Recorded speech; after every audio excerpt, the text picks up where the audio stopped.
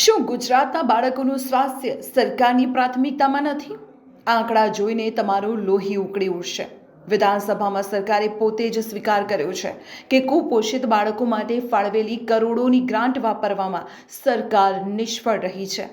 જુઓ સરકારે જ રજૂ કરેલા આ આંકડા. વર્ષ 2025-26 માટે 1550 કરોડ રૂપિયા ફાળવવામાં આવ્યા હતા, જેમાંથી માત્ર 554.42 કરોડ જ વપરાયા.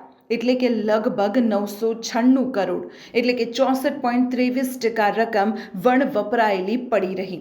વિચારો, જ્યારે હજારો બાળકોને પૌષ્ટિક આહારની જરૂર છે ત્યારે સરકારના ખાતામાં પૈસા પડ્યા રહે છે, પણ બાળકના પેટ સુધી નથી પહોંચતા.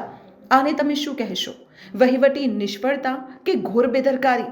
શું તંત્ર પાસે કુપોષણ દૂર કરવા માટે કોઈ ચોક્કસ રોડમેપ નથી, કે પછી અધિકારીઓને આ બાળકોની ચિંતા જ નથી?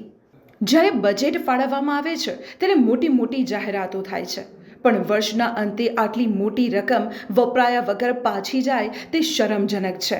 ગ્રાન્ટના આંકડા કદાચ કાગળ પર હશે, પણ તેની અસર જીવતા જાગતા બાળકોના ભવિષ્ય પર પડી રહી છે.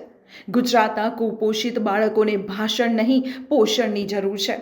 તમારું આ બાબતે શું કહેવું છે? કમેન્ટમાં જણાવો અને આ વિડીયો શેર કરો, જેથી ઊંઘતું તંત્ર જાગે.